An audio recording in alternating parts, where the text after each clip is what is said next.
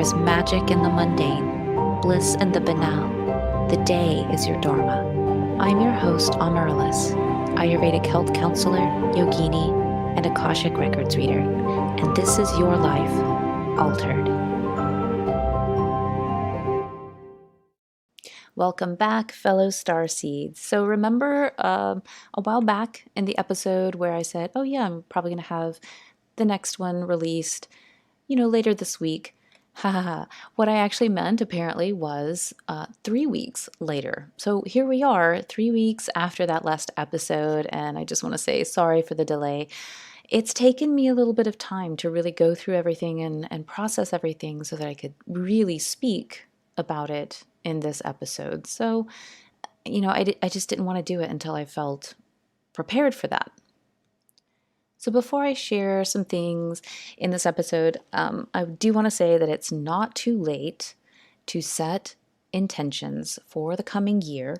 It's not like you missed the boat if it didn't happen on January 1st, 2022. No, it's not like that. So I usually see the entire month of January as this in-between time where I'm processing the old year and reflecting and reviewing on it, see the past episodes, podcast episodes, so that I can then kind of determine where I want to direct my energy and what intentions to set for the coming year. And that, takes a little bit of time and processing, and it's more involved, and it doesn't necessarily happen so quick. So basically January, after the holidays until the Lunar New Year feels like this in-between time, a transitional time where you're really kind of getting it sorted out and getting clear so that you can really move forward in a strong and steady way.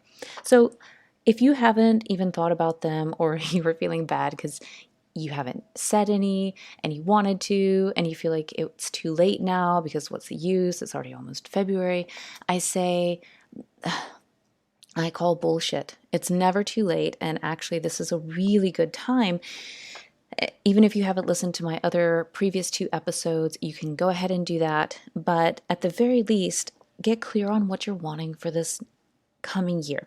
And so I was going to say that it's definitely not too late, because next week we have on, I believe it's Monday. Hold on, let me pull up my calendar. Yeah, Monday, the 31st, is the new moon. And then the next day, February 1st, we have the Lunar New Year. And then the next day, February 2nd, is what I consider a portal opening, because it's 2/2/2022.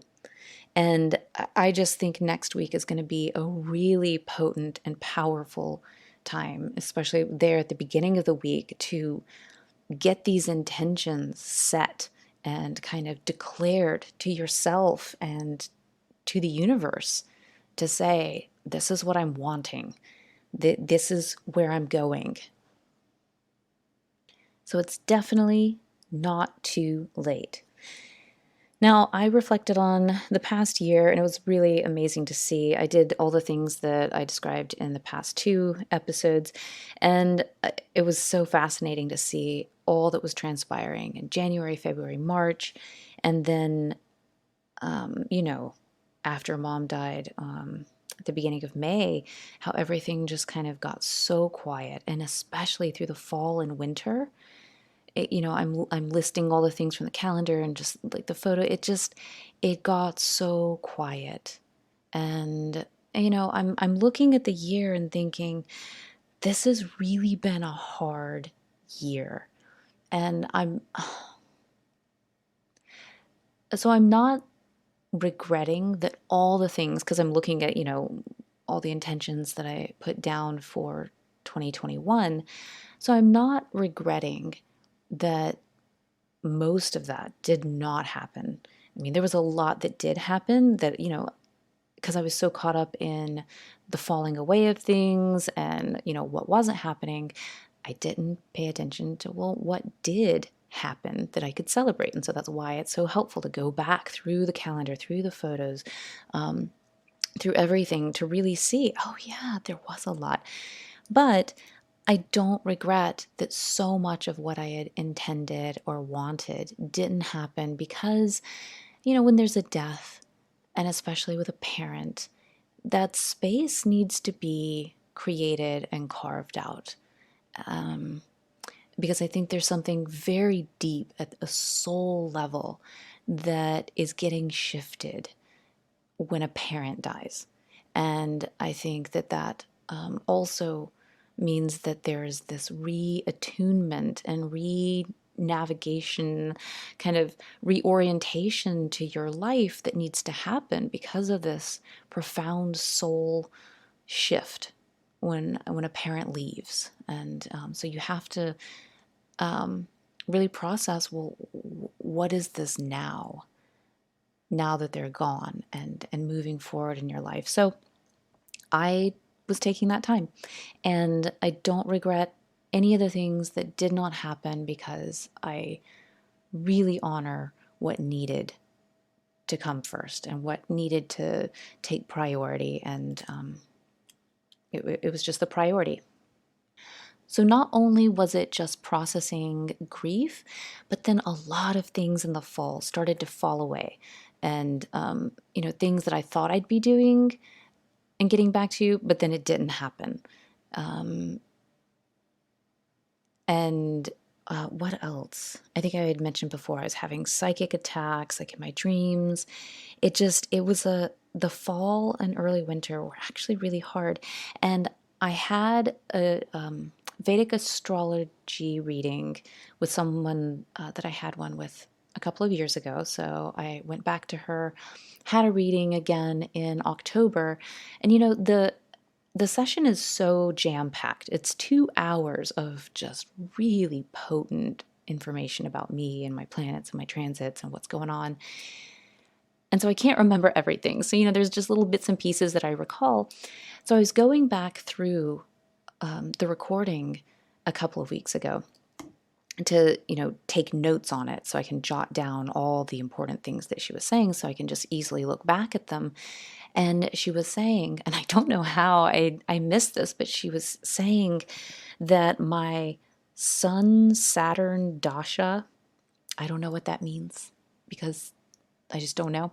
But she said basically Saturn came in February of 2021 and made a transit for a year, and so almost a year. So here at the end of January, I'm gonna come into something different, and so there's kind of a leaving of Saturn. But she said when that Saturn comes in, the Sun Saturn dasha, for that almost year time, she said it's really, really hard. There's many challenges. There's a lot of heartbreak. There's a lot of upsets in life. There's can be a lot of pain. There can be disease. It's just hard. And I thought, yeah, that's the year that I've had. It's just been a hard, hard year. And so it just felt really good to see that. To know that there's been a lot of things happening this year that don't usually transpire in my life, and a lot of things coming up that usually don't. And so she was like, it's going to get better. You'll start to feel the relief of that, and it's not going to be so hard. Come February 2022, it's something else is coming in, and so there's going to be an ease. Or just not so much intensity and pain and challenge and hardship. I'm like, oh, well, thank goodness. Because I had posted on Instagram, like this really has just been a painful year. And you know what? I'm kind of feeling like that has been the case for a lot of people. At the beginning of 2021, I was talking about there's a teacher that I have who's a master numerologist, and he was talking about the numerology of the year, which is 5, and that 5 is like this really intense energy. And the thing that we keep going back to now that the year is completed is it's the energy of a disruptor.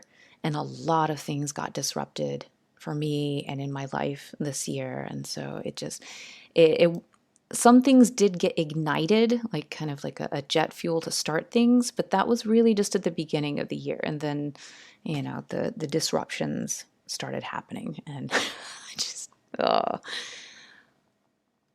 I also started realizing as I was reflecting, and just taking all this time to process, that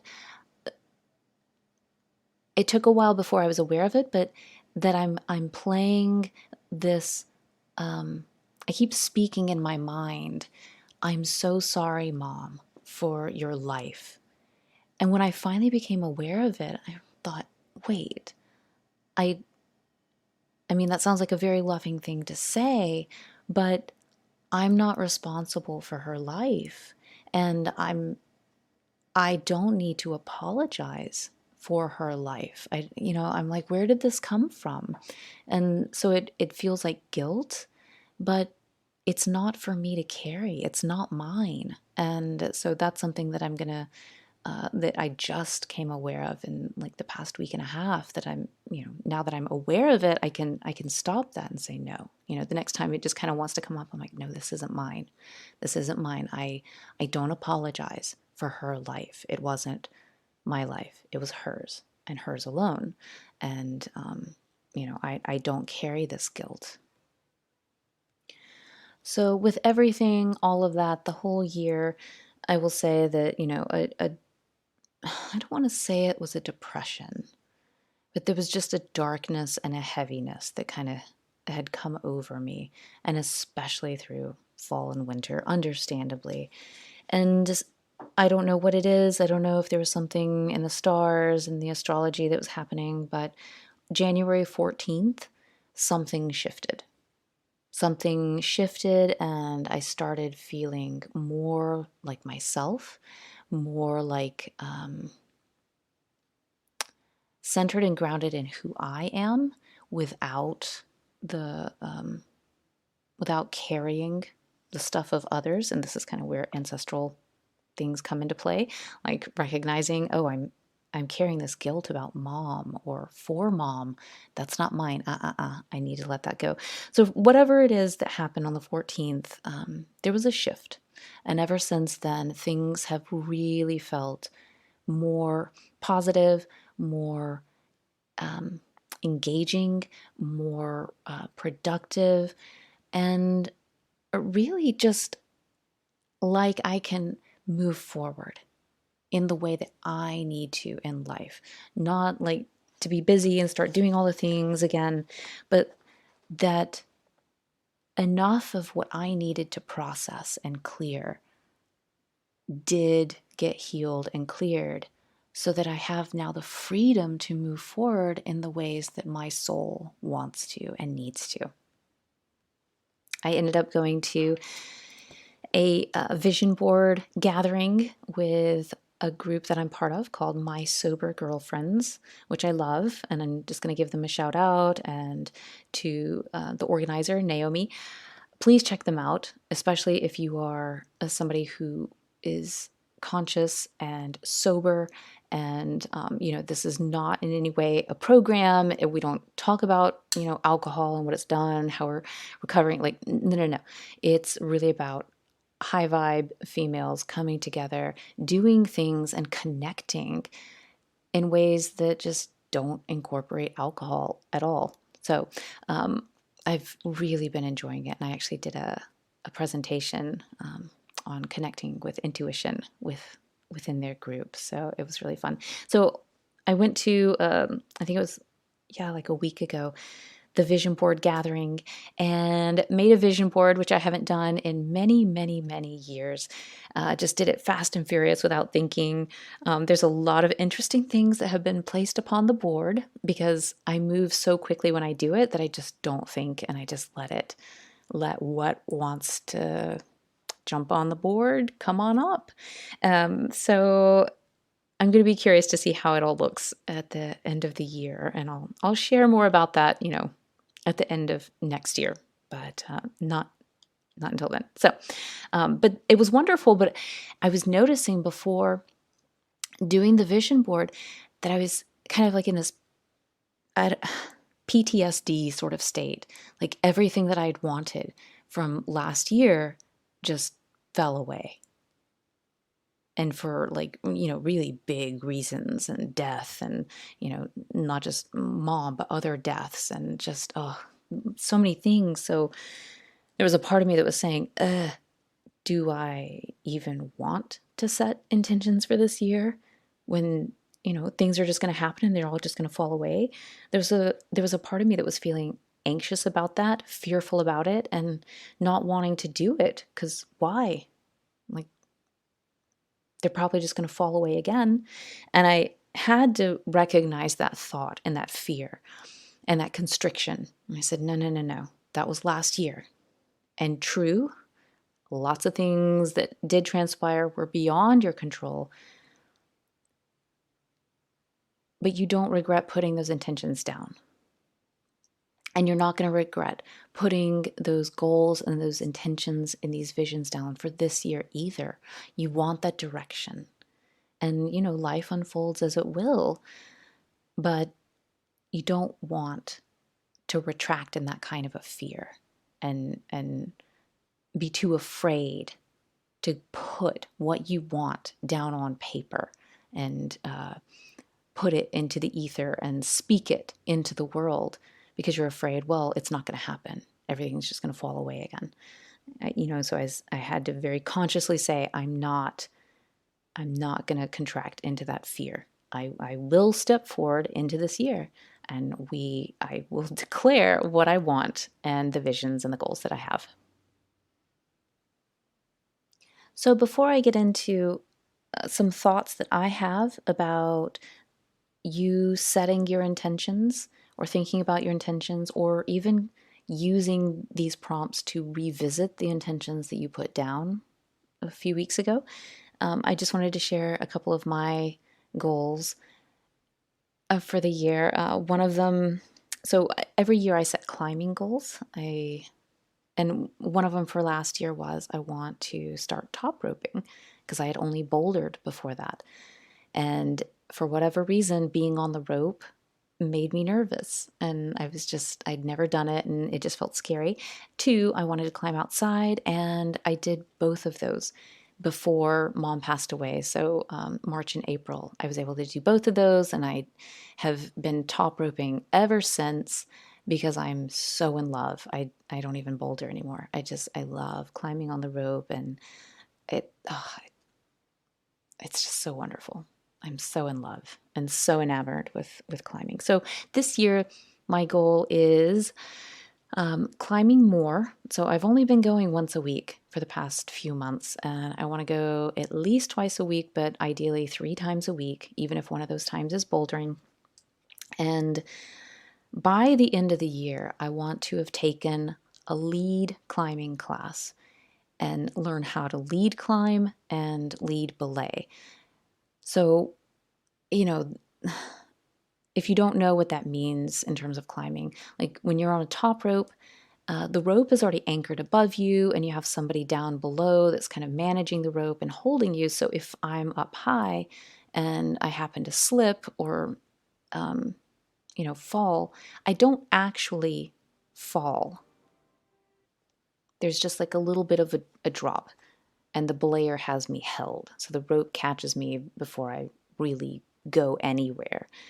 But with lead climbing, if I have to stop or let go or can't grab a hold or there's a foot slip, I'm going to drop a ways before that anchor below catches me. And so it's a whole different headspace where you have to be comfortable with the falling and that fear of falling. And, that's one of the things that I never expected going into climbing, was the headspace and working with fear as you climb, because it comes up, almost every single time that I'm really challenging myself, is you get to a certain place and you're scared. So anyway, that's a whole separate thing. I'm just putting it out there that by the end of the year, I'm going to take a lead climbing class to lead climb and belay. And so we'll see when I mentally feel ready for that, but also physically ready, because I feel like I need to be a little bit stronger of a climber before I begin doing that. So, and then the second one that I'll share is podcasting more regularly. This, the fact that this took like 3 weeks for me to get out, no. So I am kind of using this and announcing this as accountability, so that all the listeners know I'm planning on twice a week on Mondays and Thursdays. So that's going to be twice a week, every week. They might just be short episodes, but the point is to get something out there with regularity and consistency so that, because I want to, because there's, I have this growing list of things that I want to talk about, share, speak about, and I might even have some interviews coming up this year where I'm bringing other people onto the podcast. So that's it. Those are the two that I'm sharing, goals, intentions that I've set for myself. Okay, so let me transition into the revisiting intentions portion. Like I said, whether you've set intentions for yourself already for this year or not, I forget that a lot of people see intentions. Well, actually, they see it as New Year's resolutions. And the whole paradigm around that, or the narrative, seems to be what's bad that I need to quit.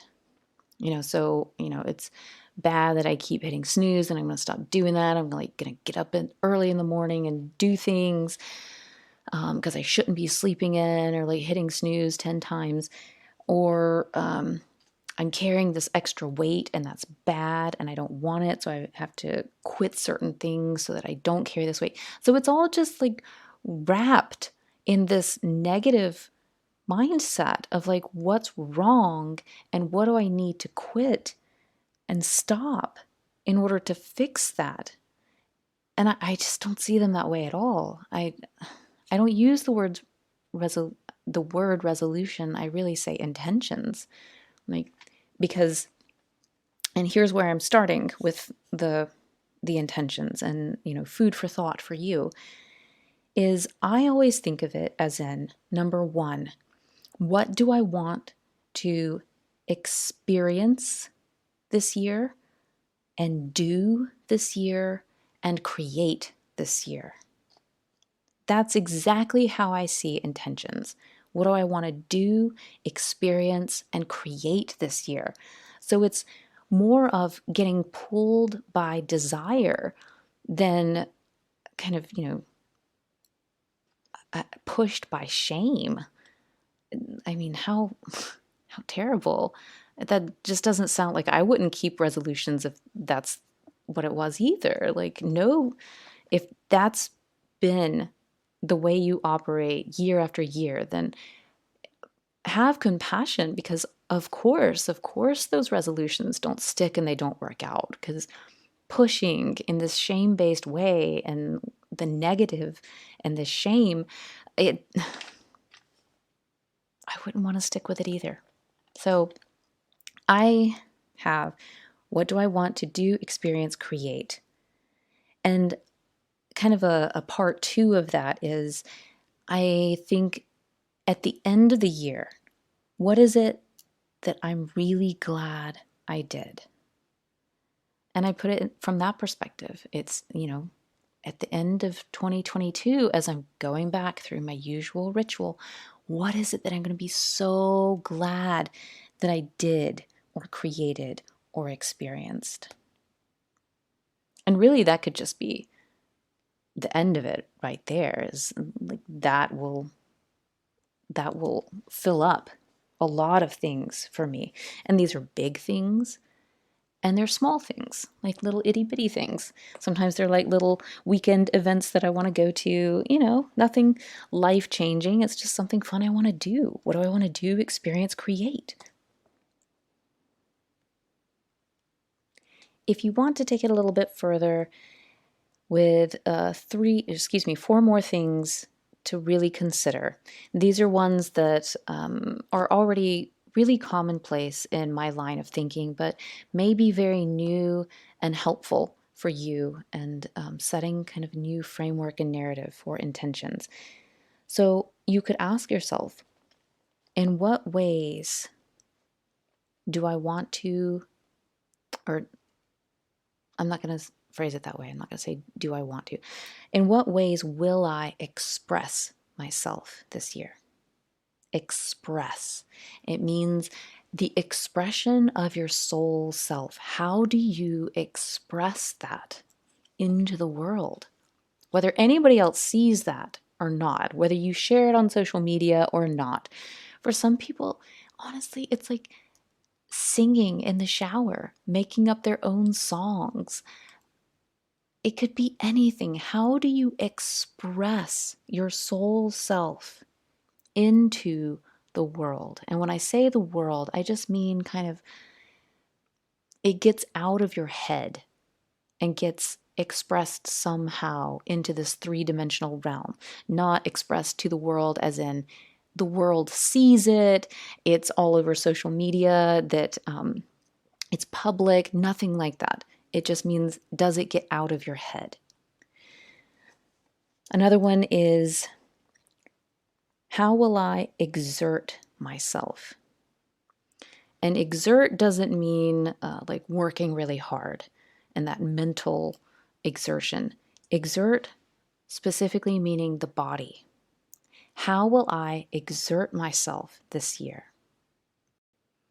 As humans in this physical form, we have to work the body. It's designed to work and to move and to exert itself. And our culture is increasingly sedentary. I mean, we're really sedentary. We don't move very much, and definitely not in a variety of ways, which is why yoga can be so helpful, because it moves the body in a lot of unique ways that it doesn't typically get moved or stretched or engaged. But, this is really just about, how are you going to exert the body? How will you work yourself? For me, that's climbing. It's hard. It's physically challenging. And it's also mentally challenging, but really it's about the body. It's about the body. Like, I've started climbing 3 times a week now, and my body's like, "Oh my God, what are you doing to me?" Like it's trying to recalibrate and get used to this. And I'm like, "Yep, this is the new norm. Let's get there." Our bodies need to have that exertion, because it helps our mental health and clarity, and it helps our emotional health. So, the body is not independent of the mind. So we really want the body to be moved. So ask yourself, how will I exert my body this year? And exert it in a way that also brings you some sort of joy and satisfaction. Does climbing always give me joy? No. Some days it's just like, oh my God, that was a total bummer. I couldn't do anything and just, ugh. But I'm always deeply satisfied afterwards, at the exertion of it, and that I'm improving. It brings me a lot of joy.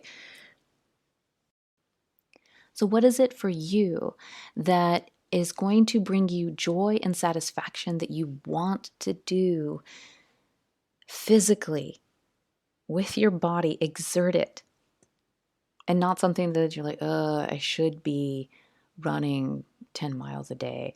No should be. It's like, let your want and your desire pull you into it. I want to climb. I want it. Even though every day isn't like the best and the most amazing, I still want to. So how will I exert my body this year? And then 2 last ones that are pretty self-explanatory. How will I connect with spirit this year? What are you going to do to regularly connect with spirit? Anything that works for you and that really calls to you. But a life without connecting to spirit, I mean, at this point, it's something that we deeply need, because the outside is shifting and changing so much. We need a connection to source and spirit that feels nourishing and rewarding and anchoring, grounding to us. And then the last one is, what will I do to connect with earth this year? the earth? How will I really connect with earth? And for some people, that might be communicating with your plants, your house plants, like every day, singing at least one of them a little song and touching it. For me, it's going outside to the back nature area, and I wear my toe socks and put on my Earth Runners grounding sandals, and I go for a walk out there. And sometimes, like, even though it's freezing cold, I'll go barefoot into the stream so I can just feel the mud underneath my toes and the cold water rushing over my feet and ankles. I'm also Reiki certified, so sometimes when I go on a walk outside, I'll just hold my hands out and channel Reiki to the trees and everything that is around me. It's my connection. When I go to the Japanese gardens, I'll touch a lot of the plants there. That's a really special, special space. And so that's super fun. But, that's just some of the things that I do.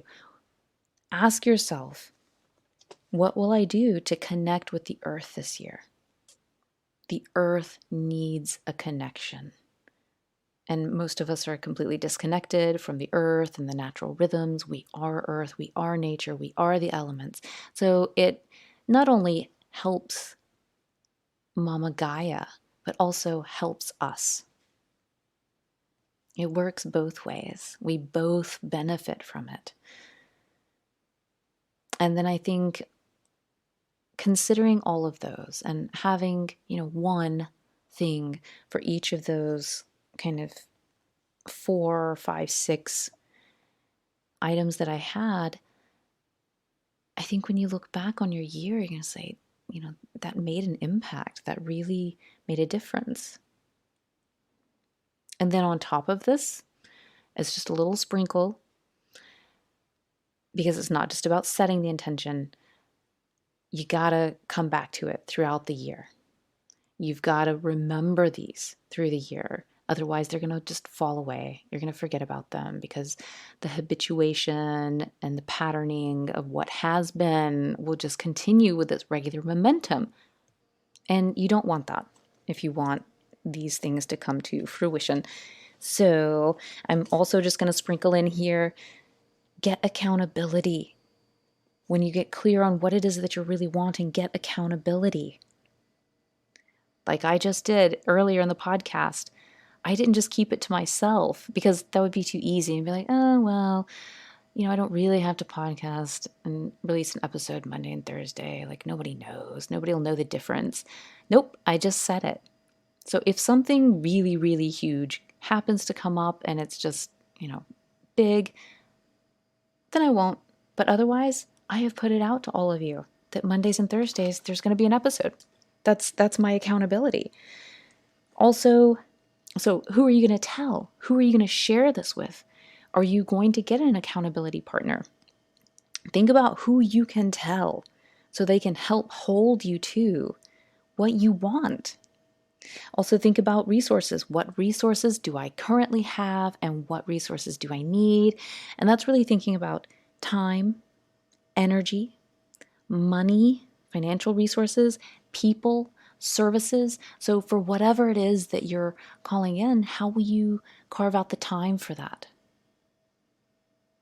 How will you redirect finances to support that?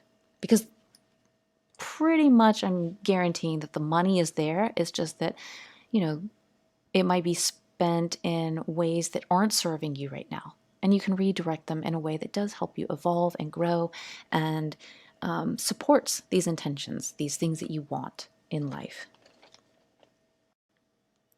So if you would like to share any of these with me, I would love to hear them and what you're really calling in for this year, what you're really wanting for this year. And you can always message me on Instagram, send me an email. The link is, and the information is down in the show notes. I want you to create an amazing year for yourself, no matter what happens on the outside, no matter what's happening out in the world, that you are still moving toward your desires and your soul's fulfillment and personal evolution. Many blessings to you in this 2022. And please keep an eye out because next Monday, the 31st, either the Sunday night or really early Monday morning next week, I'm going to have a podcast about how you can. It's going to be a ritual to plant the seeds, to really set these intentions because of the new moon, because of the Lunar New Year, because of that 2/2/2022 portal opening next week. So, get it together, get it organized, get it fairly clear in your mind what you're wanting so that you can participate in this ritual for next week. And I will be sharing that next Monday. Remember that spirit guides but never decides. How will you choose this hour, this day, this week at the altar of your life? Thank you so much for listening. If you feel called, subscribe to the podcast, leave a review, and share it. Also, connect with me and discover more on Instagram at Amaryllis_Fernandez. Until next time.